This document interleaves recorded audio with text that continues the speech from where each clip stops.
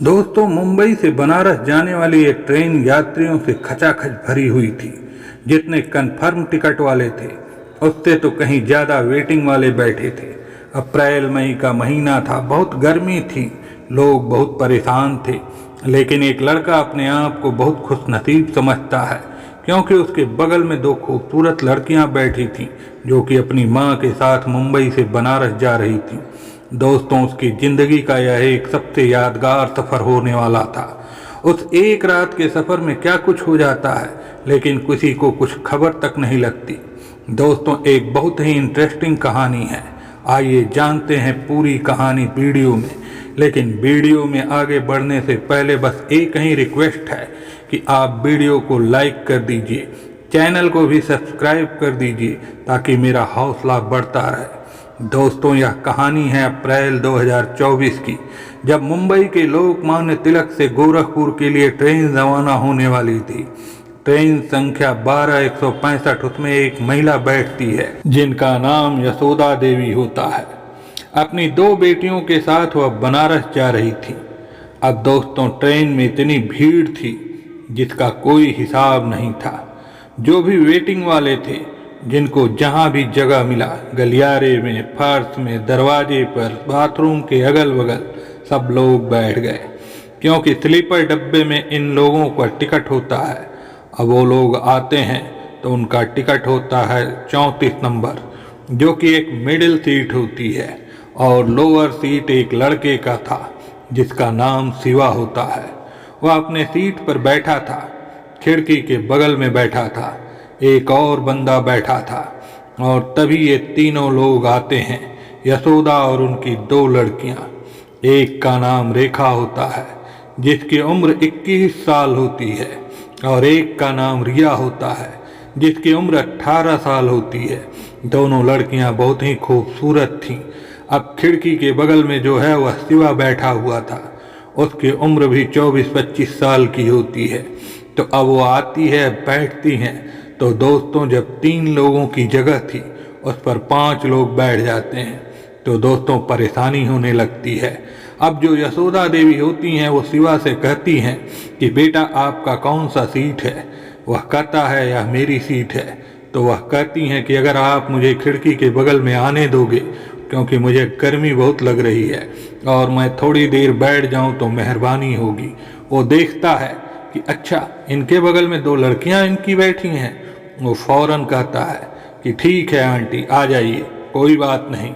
दोस्तों, वो उधर चली जाती हैं और वो इधर आ जाता है सीट बदल कर रेखा के बगल में। अब दोस्तों, जब उसके बगल में वह बैठ जाता है तो रेखा बड़बड़ाती है, कहती है कि मम्मी का भी अलग ड्रामा रहता है। पापा कह रहे थे कि एसी का टिकट निकाल दूं, तो मम्मी ने कहा कि घुटन होती है, और अब यहाँ पर आई हैं तो गर्मी लग रही है। अब दोस्तों, कभी वह अपना पैर देखती है, कभी उसके बगल में जो शिवा का पैर होता है वह बैठा है उसको देखती है, कभी अपना कंधा देखती है, कभी उसका देखती है। अब वो खिसकने की कोशिश कर रही थी, लेकिन दोस्तों जाती खिसक कर कहाँ वो, क्योंकि जगह तो थी नहीं। तभी वह कहती है कि बहुत परेशानी है, इतनी गर्मी है, कैसे पहुँचेंगे बनारस तक। अब दोस्तों, उसके बाद शिवा कहता है कि इस ट्रेन में तो ऐसे ही भीड़ होती है, हमेशा भीड़ रहती है। एक बार तो मैं बाथरूम में बैठकर चला गया था घर। अब दोस्तों, इतना सुनते ही जो रेखा होती है कहती है, छी भैया, कैसी बातें कर रहे हो? बाथरूम में बैठकर चले गए थे? उसमें कैसे बैठकर चले गए? तो कहता है, क्या करूं, टिकट था नहीं, और जुगाड़ से किसी के पास थोड़ा सा जगह लेकर मैं बैठ गया था, लेकिन बाथरूम जाना पड़ा तो आधे घंटे मुझे वहां तक जाने में लग गए। इतनी भीड़ थी, और जब वहां गया तो मुझे वह खाली दिखा। मैं सोचा चलो यहीं बैठ जाता हूँ, तो वहीं बैठ कर चला गया। रेखा बोली, भैया, बड़ी विचित्र कहानी है आपकी। आपकी बाथरूम में बैठकर आप चले जाते हो। अब थोड़ा सा उससे दूर खिसकने की कोशिश करने लगती है, लेकिन कहाँ जाती, जगह तो था नहीं। उसके बाद दोस्तों, अब 1 घंटा बीत गया, ट्रेन चल पड़ी। न कोई ठंडा वाला आया, न कोई पानी वाला आया। जो भी यह लोग पानी लाए थे सब पीकर ख़त्म कर दिए। अब रेखा कहती है कि कोई आ भी नहीं रहा है, बताओ, हम लोगों को कोई पूछने वाला नहीं है। तभी दोस्तों एक छोटे से स्टेशन पर गाड़ी खड़ी होती है और जहाँ पर ये लोग बैठे थे तो वहाँ पर एक इमरजेंसी विंडो थी जिसका ग्रिल ऊपर करके और उसमें से निकला जा सकता था। तो दोस्तों जैसे ही ट्रेन खड़ी होती है, शिवा जो है वह फौरन उस खिड़की से कूद जाता है, इधर उधर दुकानें देखने लगता है। तो एक छोटी सी दुकान दूर दिखाई देती है, वह जाता है, वहाँ से पानी लेता है और लाकर पीने लगता है। अब ये लोग देखती हैं तो कहती हैं यार हम भी पानी मंगा लेते। अब वह उसे बुलाती हैं कि भैया भैया भैया करके, वह सुनता ही नहीं है, क्योंकि जो भी गेट की तरफ लटके हुए थे लोग थे 150 लोग, वह भी प्लेटफार्म पर उतर जाते हैं गर्मी से राहत पाने के लिए। तभी रेखा जो है उसको जोर से बुलाती है, कहती है ओ बाथरूम वाले भैया। अब दोस्तों जैसे ही वो ये कहती है बाथरूम वाले भैया, क्योंकि अपना सर जो है वह खिड़की से बाहर निकाल करके बोलती है, वैसे ही सारे लोग इसकी तरफ देखने लगते हैं। शिवा भी इसकी तरफ देखता है। उसके बाद वह आता है उसके पास, उसको इशारा करके वह बुलाती है, कहती है भैया ये 50 रुपये ले लो और जाओ जरा 2 बोतल पानी ला दो। वह जाता है और पानी लेकर आता है और जैसे ही देता है ट्रेन चल पड़ती है। वो कहती है अरे भैया बैठो, आप जल्दी से बैठो, कैसे बैठोगे। वह दौड़ के जाता है दरवाजे की तरफ और वहाँ से फिर 10-15 मिनट में अंदर आता है और जैसे ही आता है तो एक सामने जो बैठा था वो कहता है कि बाथरूम वाले भैया आ गए। अब दोस्तों जैसे ही सब सुनते हैं लोग, सारे लोग फिर हंसने लगते हैं। वो कहता है हाँ बताओ भाई साहब, ऐसे भी भला कोई कहता है। जैसे ही इन्होंने कहा कि वो बाथरूम वाले भैया, तैसे ही सारे लोग मुझे देखने लगे जैसे मैं कोई बाथरूम साफ करता हूँ। तो रेखा जो है हंसने लगी, बोली सारी भैया, लेकिन आपका नाम ही पता नहीं है और नॉर्मल तरीके से बुला रही थी तो आपने सुना ही नहीं, तो मुझे यह कहना पड़ा आपका क्या नाम है। तो वह बोला मेरा नाम शिवा है। तो रेखा ने कहा अरे यार यह तो बड़ा अच्छा नाम है आपका। फिर वह खिसक जाती है और अपने ही बगल में उसे बैठने का इशारा करती है। शिवा जो है वहाँ पर बैठ जाता है। 2 लीटर का वह कोल्ड ड्रिंक लाया था। उसके बाद वो यशोदा से कहता है कि आंटी कोल्ड ड्रिंक पियेंगी, पी लीजिए, अभी थोड़ी गर्मी से राहत मिल जाएगी। वो कहती हैं मैं यह सब नहीं पीती और रिया को बोलता है कि तुम पी लो। कहती है हाँ लाओ, क्यों नहीं पीऊँगी। फिर रेखा को देता है। रेखा कहती है कि भैया 2 लीटर कोल्ड ड्रिंक आप लेके आए हो, अकेले पी लोगे। वह बोला अरे सुबह तक पीता, वैसे भी कौन सा यहाँ पर मिलने वाला है। फिर सारे लोग हंसने लगते हैं। फिलहाल ऐसे सफ़र की शुरुआत होती है। अब दोस्तों ट्रेन धड़ाधड़ चल रही थी। जलगांव आ गया, नासिक आ गया, उसके आगे ट्रेन निकल गई। अब इन लोगों को जो है जो रेखा थी वह रिया से कहती है यार कोल्ड ड्रिंक नहीं पिया होता तो अच्छा होता। अब बता प्रॉब्लम शुरू हो गई है। उन लोगों को जाना था वॉशरूम। वो बड़बड़ाती है तो यशोदा से कहती है। मम्मी उठती हैं और जाकर देखती हैं कि गैलरी में इतनी भीड़ थी। वो फिर वापस आकर अपनी सीट पर बैठ जाती हैं। वो अपने मम्मी से इशारा करके कहती है मम्मी जाना था लेकिन बहुत भीड़ है, कैसे जाऊं। तो शिवा कहता है क्या हुआ, चले जाओ, लोग उठ जाएंगे जो भी बैठे हैं, आने जाने नहीं देंगे क्या। तो कहती है भैया कौन किसको कहे, और हम लेडीज हैं जानते ही हो। तो यशोदा कहती है कि भैया अगर तुम चले जाते तो थोड़ी मेहरबानी होती। वो बोलता है हाँ ठीक है चलो। अब दोस्तों आगे आगे वह जाता है, ये लोग पीछे पीछे जाती हैं और सबको जो गैलरी में बैठे थे लेटे थे उनको हड़काते हुए कहता है भाई जरा सिमट ले, जरा खड़ा हो जा, और भाई चारपाई लेकर आता, ऐसे क्यों फैल रहा है। तो इस तरीके से सबको बोलते हुए वो सब पर कमेंट करते हुए और उन लोगों को बाथरूम तक लेकर जाता है। बाथरूम में जाता है तो वहाँ भी सारे बाथरूम बिजी रहते। एक खुलता है तो उसमें रिया चली जाती है और रेखा और शिवा जो हैं वहाँ पर खड़े रहते हैं। तभी एक लड़का जो था, जो कि दरवाजे पर लोग बैठे थे, वो जो है रिया को घूर रहा था। शिवा उसको देखता है तो बोलता है क्या भाई इंसान नहीं देखा है, क्या डायनासोर के ज़माने से आया है। अब दोस्तों वह नज़रें झुका लेता है। रेखा हंसने लगती है। दोस्तों फिर जो है बाथरूम खाली होते हैं तो ये दोनों चले जाते हैं। और उसके बाद फिर सारे लोग वापस आते हैं। और आने के बाद जो है वह रेखा कहती है, मम्मी अगर यह नहीं जाते तो वाकई में हम लोग नहीं जा पाते, वाकई में बहुत भीड़ है। रिया कहकर हंसने लगी कि भैया ने तो एक को ऐसे कहा, एक को ऐसे कहा। फिलहाल दोस्तों अब सारे लोग बैठ गए और रात के 10:30 बज गए। यह हुआ कि कुछ खाना वाना खा लेते हैं, तो यह लोग रोटी सब्जी लाए थे। रिया, रेखा, उसकी मम्मी जो थी यशोदा, यह लोग अपना निकाल के खाने लगती हैं।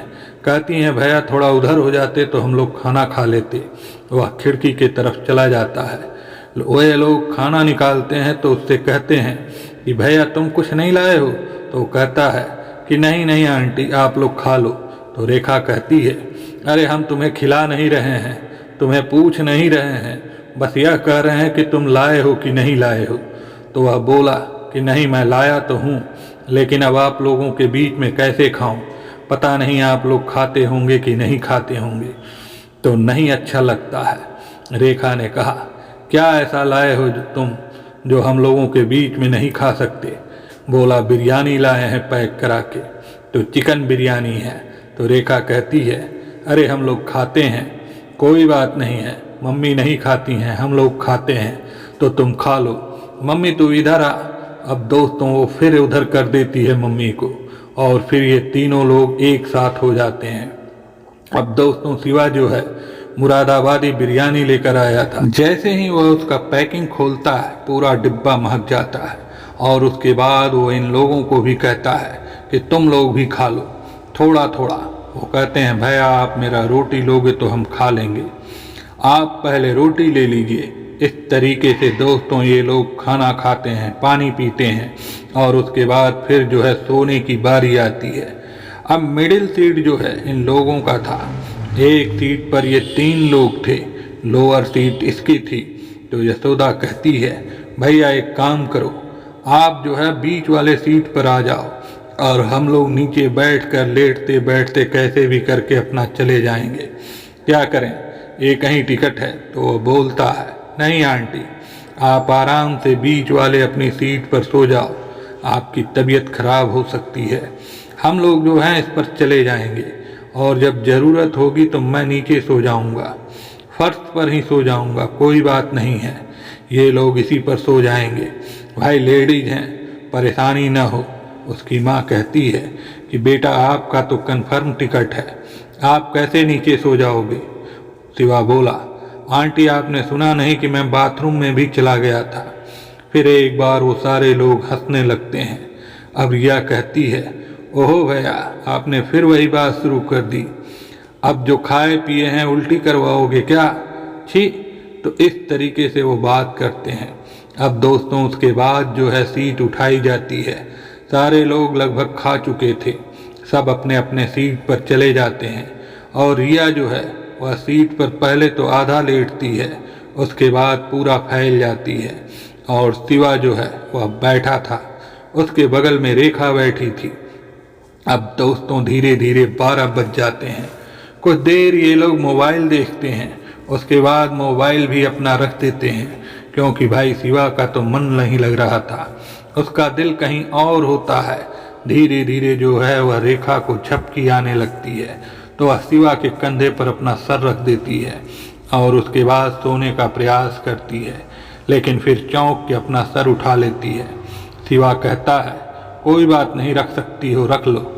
अब दोस्तों इत्मीनान से वह अपना सर रख लेती है, और उसके बाद सोने लगती है। और जब शिवा देखता है कि यह सो रही है, तो वो गिरे न उसको संभालने के लिए वह जो है पीछे से हाथ ले जाता है, और उसके कमर पर हाथ रख देता है, मतलब उसको थामने का प्रयास करता है। तभी जो है रेखा की आंख खुल जाती है। अब आंख खुल जाती है तो दोनों की धड़कनें तेज हो जाती हैं, सांसें तेज चलने लगती हैं। रेखा कहती है कि क्या कर रहे हो आप, ऐसे तो नींद नहीं आएगी। शिवा कहता है कि सोना जरूरी है क्या? तो रेखा कहती है कि डर नहीं लग रहा है इतने लोगों के बीच में? शिवा कहता है डर तो लग रहा है, लेकिन लोगों से नहीं, तुमसे लग रहा है। तो वह उससे कहती है कि तुम्हारी हरकतों से तो नहीं लग रहा है कि तुम्हें डर भी लग रहा है। दोस्तों फिर वह हाथ उठा लेता है, वहाँ से हटा लेता है, उसके कमर से। वह कहती है, कोई बात नहीं, डरो मत, लेकिन इससे आगे बढ़ो भी मत। वह खुद उसका हाथ पकड़ करके अपने कमर पर रख देती है और कहती है, थैंक यू मुझे संभालने के लिए। अब दोस्तों इस तरीके से दोनों बैठ जाते हैं। सारे लोग सो गए, लेकिन यह दोनों जो हैं आपस में बातें करने लगे। क्या काम करते हो, कहाँ रहते हो, कितना पढ़े लिखे हो, घर में कौन कौन है, कितना कमा लेते हो, इस तरह की बातें धीरे धीरे करके आगे बढ़ते हुए प्यार की बातें दोनों में शुरू हो जाती हैं।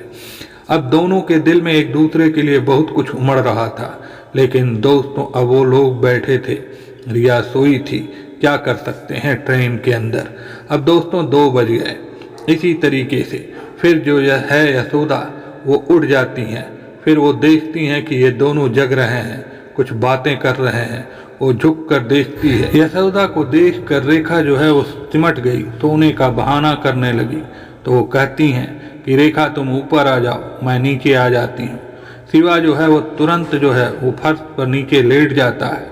कहता है, नहीं नहीं आंटी, अब मैं नीचे सो गया हूँ, कोई दिक्कत नहीं है, आप वहीं पर सो जाओ, नहीं तो बहुत परेशानी होगी। दोस्तों वो चाहता था कि रेखा जो है वो उससे दूर जाए ही नहीं, उसी सीट पर रहे, इसलिए वह चप्पलों और जूतों पर ही लेट जाता है आनन फानन में, कि ताकि यशोदा को यकीन हो जाए कि हाँ ये लोग सो रहे हैं। अब जब यशोदा उसको देखती है कि हाँ यह सो गया है, दोस्तों फिर वो इत्मीनान से सो जाती हैं। और उसके बाद जो है यह अपना हाथ लटका लेता है और शिवा के हाथ को पकड़ते हुए कहती है कि सो गए क्या। शिवा जो है उसका हाथ पकड़ लेता है, कस के कहता है, कहाँ नींद आ रही है। तो वह कहती है, उठ के बैठो। वह उठ के बैठता है। रेखा कहती है, नीचे से बैग निकालो। वह सीट के नीचे से बैग निकालता है और उसमें से एक चद्दर निकाल के उसको देती है। कहती है कि इसको बिछा लो, और उसके बाद दोस्तों वह उस चद्दर को बिछा लेता है। उसके बाद लेट जाता है, लेकिन फिर वही सिलसिला, वह इसका हाथ पकड़ लेती है। अब दोनों को नींद कहाँ आ रही है, कभी वह उठ कर बैठ जाता, कभी वह उठ कर बैठ जाती। इस तरीके से उठक बैठक लगाते हुए वह रात बीत जाती है। एक बहुत ही यादगार उन दोनों की जिंदगी की यह रात बीत जाती है। और सुबह 6 बजे ट्रेन को इटारसी पहुंचना था। वहाँ पर उसका स्टाफ था, लेकिन उससे पहले जो है यशोदा उड़ जाती है और कहती है, भैया जरा बाथरूम तक अगर रास्ता क्लियर करवा देते, क्योंकि सारे लोग बेसुध सोए हुए थे। रात के 4:30-5 बज रहे थे। तो वह जो है आगे आगे जाता है और यह पीछे जाती है। उसके बाद फिर जाती है और इन लोगों को भी बुलाती है, कहती है कि जाओ वरना सब कुछ बिजी हो जाएगा। तो इस तरीके से ये लोग जाते हैं और फिर जब सुबह 7-8 बजते हैं, ब्रश वगैरह करते हैं, या लोग चाय नाश्ता काफ़ी यह सब करते हैं और उसके बाद फिर जो है दिन के सफ़र की शुरुआत होती है। ये लोग ट्रेन में बैठकर खाते पीते हैं, बातें करते हैं और ट्रेन अपनी स्पीड में बनारस की तरफ जा रही थी। खाना मंगाना, साथ में खाना, यह सब चलता है। दोस्तों शाम को 5 बजे ट्रेन प्रयागराज पहुंचने वाली थी, यानी कि इलाहाबाद, लेकिन वो पहुंचती है 8 बजे। 3 घंटे वो लेट थी वहाँ पर। अब ये लोग बैठे बैठे थक गए थे। जो है खिड़की से बाहर निकल जाता है शिवा। तो जो रेखा थी और रिया थी वह कहती है, भैया हमको भी जरा निकाल लेते बाहर इस खिड़की से, तो हम भी थोड़ा घूम लेते, क्योंकि यहाँ पर आधे घंटे ट्रेन रुकेगी। तो वो जो है उनको उस खिड़की से बाहर निकालने में मदद करता है। फिर ये लोग जाते हैं, कुछ खाते हैं पीते हैं और उसके बाद फिर वो लोग उसी खिड़की से वापस अंदर आ जाते हैं। अब दोस्तों 7:20 पर वाराणसी जंक्शन पर उस ट्रेन को पहुंचना था, लेकिन 4 घंटे लेट होने की वजह से वह 11:30 बजे रात को पहुंचती है। सारे लोग उतरते हैं। जो रेखा के मौसा थे वह अपनी गाड़ी लेकर स्टेशन पर आए हुए थे। अब बिछड़ते वक्त जो है इन दोनों के चेहरे पर बहुत ज़्यादा उदासी थी। तो यशोदा कहती है कि भैया अब तुम अपने घर कैसे जाओगे। तो वह कहता है, मेरा घर यहाँ से 30 किलोमीटर दूर है। मैं पिंडरा तहसील का रहने वाला हूँ। इस टाइम तो मैं जाऊँगा नहीं, इसी स्टेशन पर ही रहूँगा, क्योंकि इस टाइम तो कोई साधन मिलेगा नहीं और मैं सुबह जाऊँगा। तो वह कहती है, भैया आप पूरी रात परेशान हुए हम लोगों की वजह से, आप नीचे सोए, अब यहाँ पर भी रात भर मच्छर काटेंगे, आप कैसे सोएंगे? तो एक काम करो, आप मेरे बहन के ही घर चलो, वहाँ पर आराम से सोना, कल सुबह निकल जाना। अब दोस्तों रेखा और रिया जैसे यह बात सुनते हैं तो इन लोगों के खुशियों का कोई ठिकाना नहीं होता। ये कहता है कि ठीक है आंटी, बड़ी मेहरबानी है आपकी कि आपने इतना ध्यान दिया। तो रेखा कहती है, भैया इसमें मेहरबानी की क्या बात है, आदमी ही आदमी के काम आता है। अब दोस्तों वो उनके घर पहुंचता है, मेहमानों की तरह अच्छा खाना खाता है, अच्छे बिस्तर पर सोता है और फिर सुबह जो है वो 9 बज जाता है। या लोग उठते हैं, उठने के बाद फिर नहाते हैं, बढ़िया नाश्ता करते हैं जो कि उसकी मौसी ने और मौसी की एक लड़की ने बनाया था। और फिर उसके बाद ये लोग घूमने का प्लान बनाते हैं। फिर जो यशोदा है वो कहती है और रेखा उसको फोर्स करती है, कहती है जरा रुक जाओ ना, शाम को चले जाना। यशोदा कहती है कि हाँ भैया शाम को चले जाना, हम लोग बनारस जा रहे हैं घूमने, तुम भी चलो, कुछ हमारे साथ घूम लो। तो शिवा बोला, कोई बात नहीं, मैं तो सारा कुछ घूमा हुआ हूँ, लेकिन आप लोगों के साथ घूम लेता हूँ। अब दोस्तों वह दिन भर घूमते हैं और इस बीच में जो रिया है और उसकी जो मौसी की लड़की थी, इन दोनों को पता चल चुका था कि शिवा में और रेखा में क्या चल रहा है। अब वो दोस्तों उन लोगों को फोटो खींचती है, मजाक बनाती है और उसके बाद दोस्तों शाम हो जाती है। शिवा अपने घर को जाता है। जब वह जाने वाला होता है तो रेखा की आंखें जो हैं वह आंसुओं से भर जाती हैं। शिवा का भी यही हाल होता है। यशोदा कहती है कि भैया अभी हम 15 दिन रहेंगे और आप आ जाना, घूम जाना, तुम बहुत अच्छे इंसान हो। वो कहता है, आंटी मौका मिलेगा तो ज़रूर आऊँगा, लेकिन मुझे भी 15 दिन ही रहना है, उसके बाद मुझे भी मुंबई जाना है। अब दोस्तों उसको रहना था तो 2 महीने, लेकिन वो 15 दिन इसलिए बोलता है कि साथ में जाने का शायद मौका मिल जाए। अब दोस्तों वहाँ से शिवा चला जाता है। जाने के बाद वह रेखा को फ़ोन करता है कि तुम्हारी बहुत याद आ रही है। तो रेखा कहती है, फिर छोड़कर चले क्यों गए, और मुझे भी तुम्हारी याद आ रही है। दोस्तों 1 हफ्ते बीतता है और एक दिन मोटरसाइकिल लेकर शिवा जो है वहाँ पर पहुँचता है। उसको देखते ही इन लोगों की खुशियों का कोई ठिकाना नहीं रहता। जो रेखा थी वह दोस्तों जैसे ही मौका मिलता है उससे लिपट जाती है और कहती है, बहुत दिन बाद आए आप। वह कहता है कि मुसाफिर का क्या भरोसा, क्या पता यह मुलाकात अंतिम मुलाकात हो। लेकिन दोस्तों उसके बाद जो है वह दिन भर रहता है और फिर अपने घर चला जाता है। दोस्तों ठीक 15 दिन बाद उसी वाराणसी जंक्शन पर यह चारों लोग इकट्ठा हुए, क्योंकि अब ये वापस मुंबई जा रहे थे। अब की बार इनका जो टिकट था वो एसी का था और चारों का कंफर्म टिकट था। एक बार फिर मौज मस्ती करते हुए वो वापस जाते हैं, मुंबई पहुंचते हैं और उसके बाद से दोस्तों इन दोनों में, रेखा में और शिवा में लगातार फ़ोन पर बातें होती रहीं। दोनों एक दूसरे के साथ जीने मरने की कस्में खाते रहे। दोनों में बेपनाह प्यार हो जाता है। अब दोस्तों दोनों शादी करना चाहते हैं। इस बात को 3 महीने बीत गए। अप्रैल मई में जो कहानी शुरू हुई थी, जो सफ़र शुरू हुआ था, अब सितंबर आ गया। लेकिन इन दोनों की हैसियत में काफ़ी फ़र्क है। जहाँ पर उसके जो पिता हैं, रेखा के पिताजी लाख रुपए से ऊपर कमाते हैं, वहीं पर शिवा की सैलरी जो है 25-30 हज़ार की है। लेकिन फिर भी इन दोनों को उम्मीद है कि इन दोनों की शादी जरूर होगी। लेकिन आगे क्या होता है कुछ पता नहीं। दोस्तों यह जो कहानी है वह रेखा ने मुझे शेयर किया था, मेल किया था कि सर मेरी एक कहानी है, ऐसी ऐसी है, आप ज़रूर लोगों को सुनाइए। और मैं सबसे राय लेना चाहती हूँ कि आखिर हम लोग कैसे शादी करें, किस तरीके से करें। तो दोस्तों आपके पास कोई आइडिया हो तो कमेंट के ज़रिए आप ज़रूर बता दें, हम उन तक या मैसेज पहुंचा देंगे। दोस्तों जाने से पहले आपसे फिर एक बार रिक्वेस्ट करता हूं कि इस चैनल को ज़रूर सब्सक्राइब करें और वीडियो को लाइक करके अपने दोस्तों में शेयर करें। मिलते हैं फिर ऐसी ही एक कहानी के साथ। तब तक के लिए धन्यवाद।